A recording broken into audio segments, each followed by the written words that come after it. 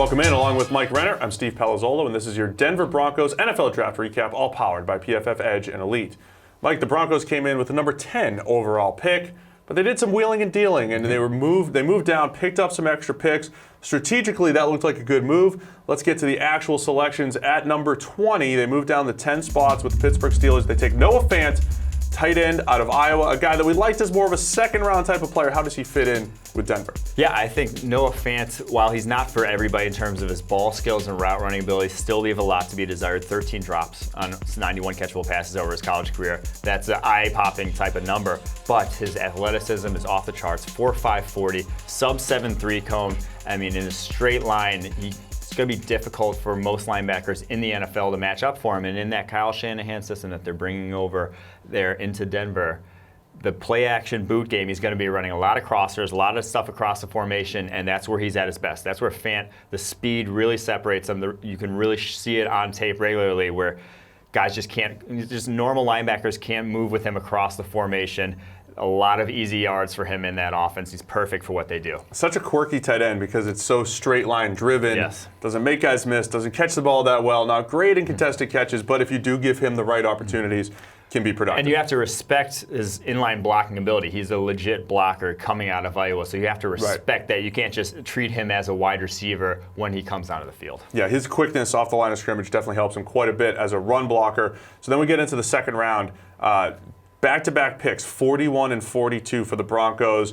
Dalton Reisner from Kansas State, big offensive tackle. We had a first-round grade on him. Really like that quite a bit, and they also traded up to get that number 42 pick to get Drew Lock, potentially the quarterback of the future from Missouri. Let's start with Reisner. What'd you think of him on film? Yeah, the analytics love him. He's one of the safest projections in terms of pass pro. Now, he has some issues in pass pro to adjusting to inside moves and with some speed there. Didn't face a lot of talented pass rushers at Kansas State that really could test that. So he might actually kick inside with Juwan James already and Garrett Bowles established at the tackle positions there. Could either go at guard or center, where he actually played center back freshman year at Kansas State a little bit. And I think he's a pretty safe projection there. I think he'll be one of the best guards in the NFL sooner rather than later. The strongest hands of anyone in this draft class, latches on, doesn't let go. He's a powerful. The Broncos loved him over at the Senior Bowl. I can't wait till he faces Chris Jones. If he's playing guard, Chris Jones from the Chiefs, because you used to describe Jones as he doesn't look like he's doing a lot with his hands, but he's moving you, and Reisner has some of that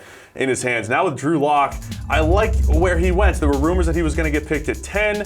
I didn't love him at 10. I like him a lot better at 42 because there's so much projection with Lock's game. He's got the arm, a little Flacco-ish now that they're on the same team, right? He'll miss a ton of throws, but if you just put the highlight film on, you could make the case that Lock was the best quarterback in the class if you just watched 20 or 30 throws. The release looks very Flacco-ish too. Just a real snap release, and that ball flies out of there down the field. In terms of throwing against air, he might be better than anyone else in this draft class, more impressive, but the thing is, you don't face air at the NFL level. You face pockets, and that was his nemesis, was a non-clean pocket, or not even necessarily not a non-clean pocket, just a pocket collapsing a little bit, and he struggled. He just, even when plays where he didn't chart pressure, you'd see him fading away from throws and get inaccurate.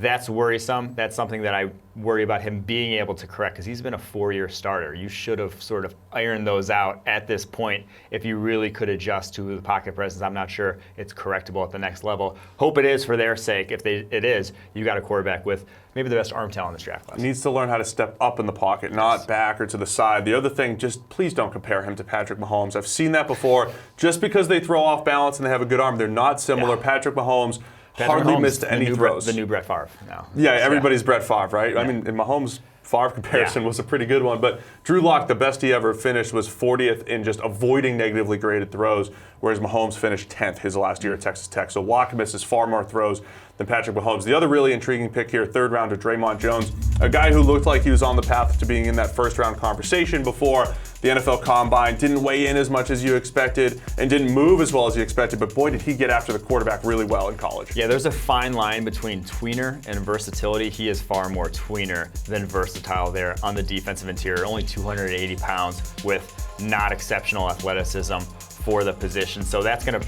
basically pigeonhole you as a 3 technique and maybe even pigeonhole you as a 3rd down 3 technique or a sub-package rusher. It's worrisome, but in the 3rd round, I think it's still going to add value if you're capable at that. He more than is capable at that. His high swipe is one of the best pass rushing moves I saw this past season in terms of down-to-down effectiveness. He's very good at using his hands in that situation. 3rd round's a great place to get role players, especially guys that can get after the quarterback. And then the other day 3 pick that was somewhat intriguing, Justin Holland from Oregon, 41 pressures last year.